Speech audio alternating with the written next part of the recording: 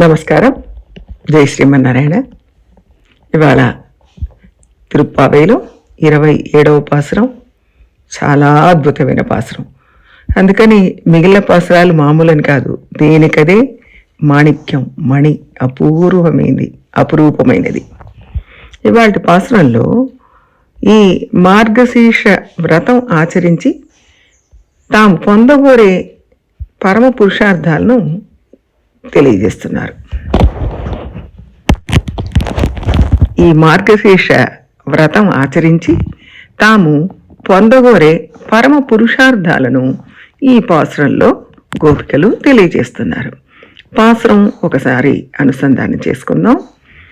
కూడారే వెల్లుం సీర్ గోవింద ఉందన్నై పాడి పరేకొండు యాం పెரும் సమ్మానం நாடு புகழும் பரிசினால் நன்றாக சூடகமே தோள்வளையே தோடே செவிப்பூவே பாடகமே என்றனைய பல்கலனம் யாமணிவோம் ஆடையுடுப்போம் அதன் பின்னே பால் சோறு மூடனை பெய்து முழங்கை வழிவார கூடியிருந்து குளிந்தேலோரெம்பாவாய். கூடாரே வெல்லும் சீர் கோவிந்தா ఉందన్నై పాడి పరైకొండు యాం పెரும் సమ్మానం. నీతో కూడను అనేవారిని కూడా జయించే గోవిందా, నిన్ను కీర్తించి నీ నుండి పర అనే వాయిద్యాన్ని పొందాలని మేము వచ్చాం. అదే మాకు సన్మానం. ఇప్పటిదాకా ఈ గోపికలు నారాయణ, పుండరీకాక్ష, దామోదర అనే పరత్వ సూచకమైన పేర్లతో పిలిచారు. ఇక్కడి నుంచి వరుసగా 3 పాసురాల్లో గోవింద అని సౌలభ్య రూపుణ్ణి పిలుస్తున్నారు. లోకంలో పరమాత్మ పట్ల అభిముఖులు అంటే ఆయనను ఇష్టపడేవాళ్ళు ఉంటారు. ఉదాసీనులు ఉన్నాడో లేడో అనుకునేవాళ్ళు ఉంటారు.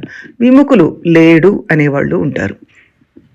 ముగ్గురిని ఈయన జయిస్తాడు. ఎట్లా జయిస్తాడు? అభిముఖులను తన సౌందర్యం చూపి తన వైపు తిప్పుకుంటాడు. అభిముఖుల్లోనే ఇంకో రకం, అంటే వాళ్ళ దోష గుణాలను తలుచుకొని అయ్యో అంత పెద్ద పరమాత్మ దగ్గరికి మాలాంటి నీచులు రావచ్చా అని సిగ్గుతో దూరం వెళ్ళాలనుకునే వాళ్ళని కూడా లాలించి తన వైపు తిప్పుకుంటాడు. ఉదాసీనులు, వాళ్ళకి ఇష్టమైన వాళ్ళు వేరే ఎవరినో ఆశ్రయించినప్పుడు వాళ్ళ ద్వారా అనుగ్రహించి క్రమంగా తన దగ్గరికి మళ్ళించుకుంటాడు. విముఖులను తన పరాక్రమంతో జయిస్తాడు. మనకు నోరు ఇచ్చినందుకు, పరమాత్మ మనకు నోరు ఇచ్చాడు, అలా నోరు ఇచ్చినందుకు ఆయన్ను కీర్తించడమే పరమ ప్రయోజనంగా భావించి మొత్తం తిరుప్పావైలో చాలాసార్లు గోపికలు పాడి పాడి అంటూ వచ్చారు, సంకీర్తన చేశారు. పాడి అంటే కీర్తించి. ఊరి పెద్దలు నిషేధించిన భయపడకుండా నామ సంకీర్తన చేసినందుకు మమ్మల్ని సన్మానించాలి అని కృష్ణుడితో వీళ్ళంటున్నారు.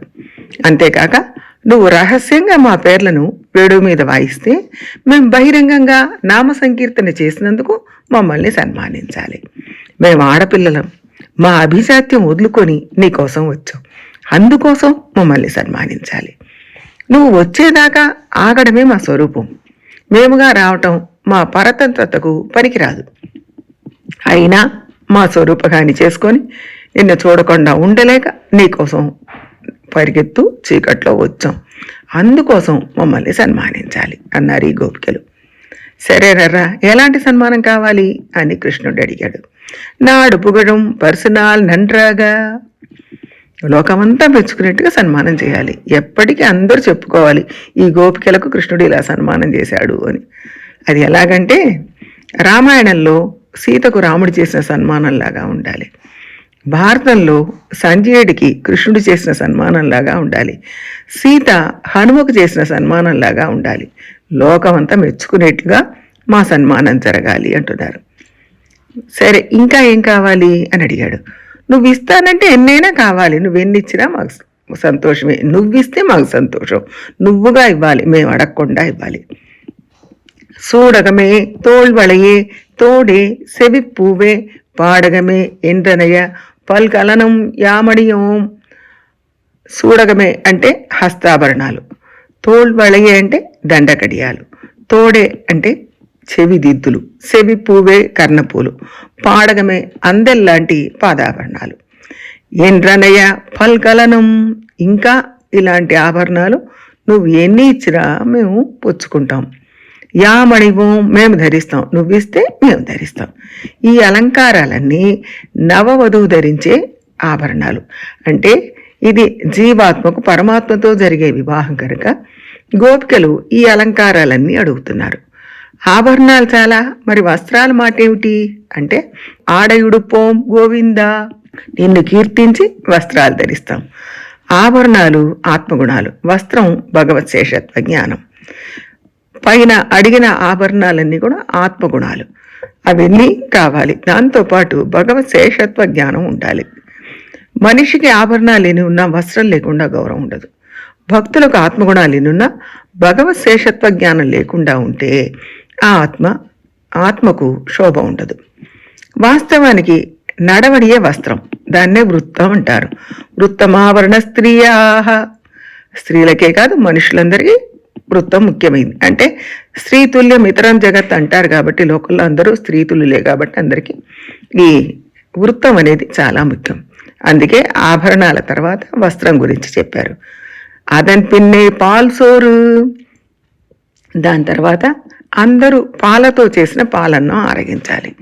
శ్రీరాముడిని కలుసుకున్న సీతలాగా, భరతుడిని కలుసుకున్న శ్రీరాముడిలాగా కృష్ణుడిని కలిసిన గోపికలు ఆభరణాలు అలంకరించుకొని వస్త్రం ధరించి ఆరగించాలి అని కోరుతున్నారు.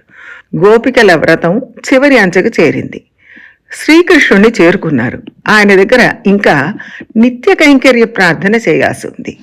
ఆ కైంకర్యమే వీరికి ఉపవాస విరమణ, అదే పరబ్రహ్మానుభవం. మూడనైపైదు ముழங்கை వழிవార, భగవత్ కళ్యాణ గుణాలే పాలు. ఆ పాలల్లో బియ్యం అనే జీవుడు పూర్తిగా కరగాలి. పొరపాటున పాల నుంచి బియ్యం బయట పడకుండా స్నేహం అనే నెయ్యి, ఈ బియ్యం పాలలో పూర్తిగా కరిగిపోయినప్పుడు దాంట్లోంచి ఆ పాలలోంచి వచ్చిన నెయ్యి పూర్తిగా పైన తేలుతూ ఉంటుంది. దానికి ఆత్మగుణాలని అంటే మూడనైపైదు ముழங்கை వழிవార, భగవత్ కళ్యాణ గుణాలే పాలు. ఆ పాలల్లో బియ్యం అనే జీవుడు పూర్తిగా కరగాలి. ఆ పైన స్నేహం అనే నెయ్యి పూర్తిగా నిండిపోవాలి. ఆత్మగుణాలనే జీడిపప్పు, బాదం పప్పు, ద్రాక్ష, కుంకుమ పువ్వు, ఏలకాయ, జాజికాయ, జాపత్రి ఇలాంటి సుగంధ ద్రవ్యాలు నిండుగా ఉండాలి. కూడిరుందు కుళిర్ందు, అందరూ కలిసి కూర్చొని ఆ మొదటి పదార్థాన్ని ఆనందంగా భుజించాలి. గోపికలకు భోజనం చేయడం ప్రధానం కాదు, కృష్ణుడితో కలిసి భోజనం చేయడమే వాళ్ళ కోరిక. భగవంతుణ్ణి భాగవతులను క్షణం కూడా వేడి ఉండలేరు. అహమన్నాదో అహమన్నాదో అహమన్నాదహ అని తైత్తరీయంలో అన్నట్టుగా జీవుడికి పరమాత్మ మాత్రమే పరమభోగ్యమైన పదార్థం అని తెలుస్తుంది. అర్చనాది మార్గంలో ప్రయాణం చేసిన జీవుడు విరజా స్నానం చేసి వైకుంఠనాథుడు అనుగ్రహించిన ఆభరణాలు, అలంకారాలు, వస్త్రాలు ధరించి అంగరాగాలు, బ్రహ్మాలంకారాలు పొంది ముక్త పురుషులు నిత్యసూరులతో చేరి శ్రీ వైకుంఠనాథుని సమీపించి ఆయనతో చేరి బ్రహ్మానుభవం అనుభవిస్తాడు. ప్రదేశాంతరంలో దేశాంతరంలో పొందే ఈ పరమసామ్యాపత్తి మోక్షాన్ని గోపికలు ఇక్కడే ఈ దేహంతోనే పొందాలని కోరుకుంటున్నారు.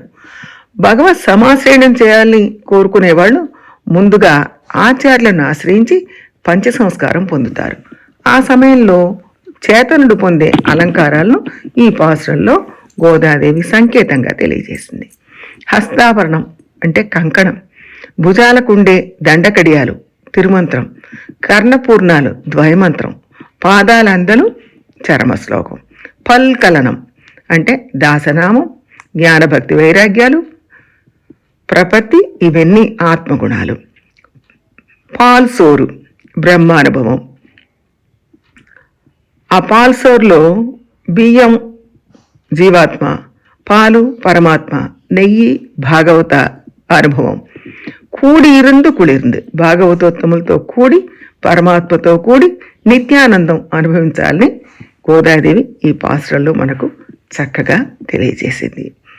ఆండాళ్ తిరువడిగళే శరణం.